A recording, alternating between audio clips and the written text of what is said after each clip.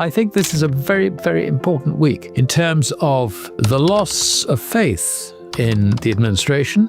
And not only that, but this will be reflected in loss of faith in the dollar, faith in the credit of the dollar.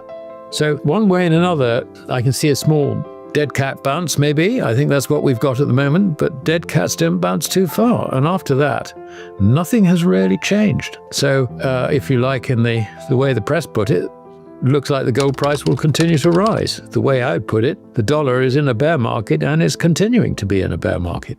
The US dollar faces a sharp downturn, sending shockwaves through global markets. In just the past 2 months, the greenback has plunged over 10%, marking one of its steepest short-term declines in recent history. This slump coincides with a troubling fiscal backdrop.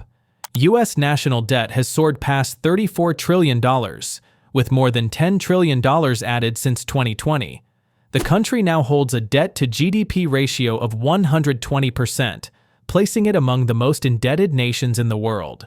Even more concerning is that the U.S. must roll over nearly $9 trillion in maturing debt within the next 12 months. At the same time, the dollar's dominance is fading. Its share in global foreign exchange reserves has dropped from 65% in 2014 to just 58% by the end of 2024.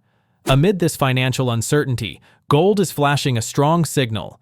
The yellow metal has seen a nearly 17% rise as investors flock to safe haven assets. According to the World Gold Council, approximately 216,265 tons of gold have been mined throughout history, underscoring its role as a long-standing store of value. Echoing this shift, Alasdair Macleod has long argued that gold is poised to reclaim center stage. With ballooning debt and growing concerns over currency stability, Macleod sees gold as a vital hedge against systemic risk. Macleod believes gold's ascent is only beginning as the dollar remains entrenched in a bear market.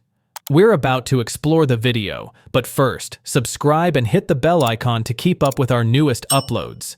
Your feedback in the comments is always appreciated. And if you add up all the components, foreign ownership of financial assets, and we're talking about US treasuries, we're talking about short-term debt, including bank deposits, and we're also talking about corporate bonds, and we're also talking about equities.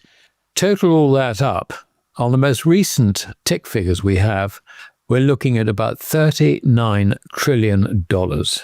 So that gives you an idea of just, if, let's just say, the foreigners really do get scared, most of that is going to disappear out of the dollar, and it's going to be so destructive as to be enormous. I mean, it's as simple as that. Now, obviously, there is a bit of a rescue operation going on because, the Treasury understands this. They produce the figures, after all. They can see. I mean, they're not stupid. It's as many commentators seem to think. They can see exactly what's going on.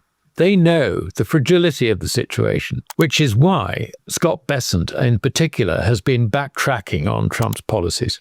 And I think that Scott Bessent has made it absolutely clear to Trump two things. First of all, his tariff policies are going to destroy the economy. And what it'll do is just everybody will be getting the hell out of the dollar.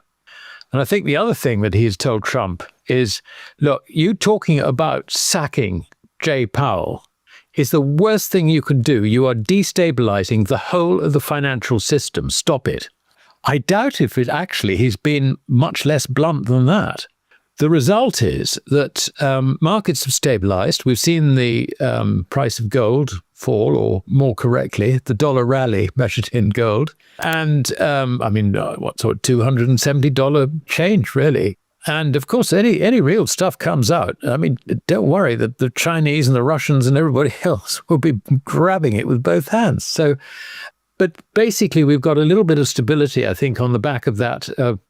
Everybody relieved that these thoroughly destructive, financially destructive policies of Trump's have been sat on by, if you like, the establishment. Let's put it that way, the permanent establishment. And as to whether this is enough to turn the dollar around and stabilize it, I think not, because remember, there were two things which I've been talking about One of which, of course, was the destructive forces of Trump's tariff policies. And the other is the credit bubble. And the credit bubble basically has started to burst. Just look at the equity indices.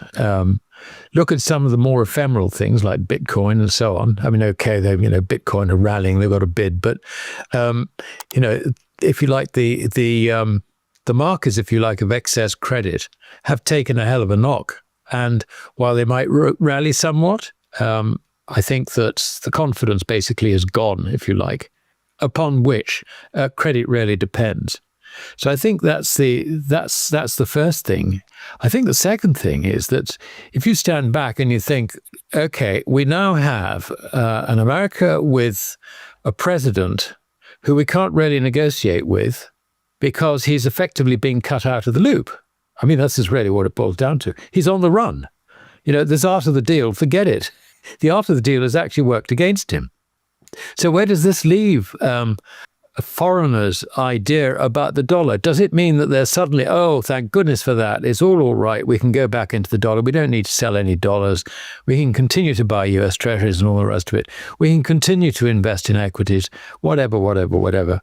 No, I don't think so. I mean, foreigners basically have seen inherently an aggressive and, if you like, an aggressive America against their own interests, against every other nation's interests. They see the backing, if you like, that Trump has had from voters in the recent presidential election.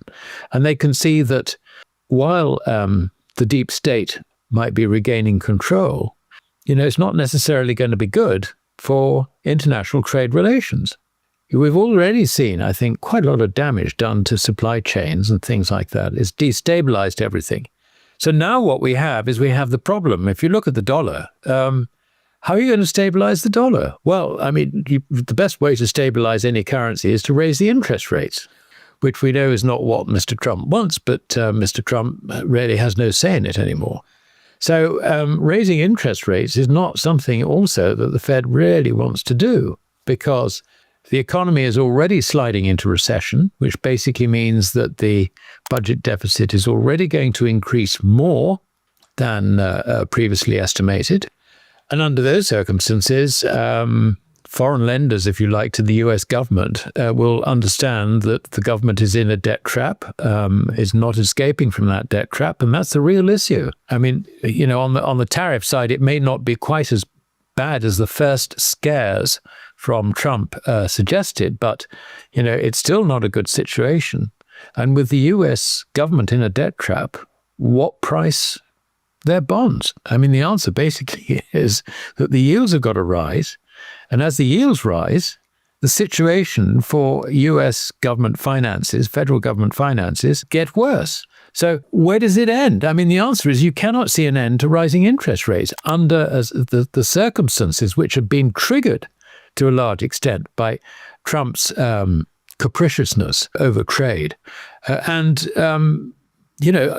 So we're going to have higher interest rates. We're going to have higher bond yields. And there's actually very little that the Fed can do about it. The important point as far as Jay Powell was concerned was he knows he's sitting on a volcano here. And he was, the last thing he wants is to have a president, banging off in the long grass about how terrible he is and how he ought to get interest rates down, trying to undermine him. I mean, that's very, very bad. And I would say that the damage that has been done has not been mended. And I don't think it can be mended. And it's just alerted everybody to the problems, if you like, of dealing with America in the future. I mean, look at BRICS nations. Who are they going to align with? Who are South Korea and Japan going to align with? Look, they do a lot of business with America. Are all the tariffs going to go? We don't know. We can hope that there'll be a sort of, if you like, backing down on the tariffs side. But, this mess, I think, convinces everyone outside America, look, you've got to have a plan B. You can't rely on these Americans. It's just nonsense. Have a plan B. And the plan B, of course, is to go cozy up to China, because what does China do? China trades, and not only that, but it'll provide you the capital to develop your own economy. What's not to like? So that's where we are. I think this is a very, very important week in terms of the loss of faith in the administration. And not only that, but this will be reflected in loss of faith in the dollar, faith in the credit of the dollar. So one way and another, I can see a small dead cat bounce, maybe. I think that's what we've got at the moment, but dead cats don't bounce too far. And after that, nothing has really changed. So if you like, in the way the press put it, looks like the gold price will continue to rise. The way I would put it, the dollar is in a bear market and is continuing to be in a bear market. Gold is on a tear, recently surging to a record $3,500 per ounce, and analysts believe the rally is far from over.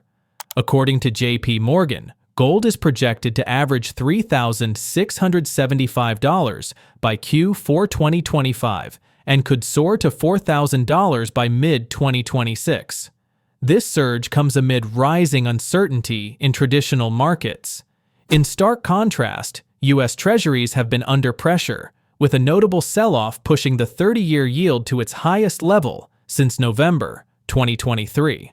At the same time, the U.S. dollar index has declined by 8% year-to-date, according to data from Alasdair, signaling weakening confidence in the greenback. As gold shines brighter, it's clear investors are looking for safety and value in a changing financial landscape. What do you trust more right now? The U.S. dollar backed by debt or gold backed by scarcity and history? Join the conversation. Share your thoughts in the comments. Give us a thumbs up if you found value in this video, and subscribe to stay engaged with our community.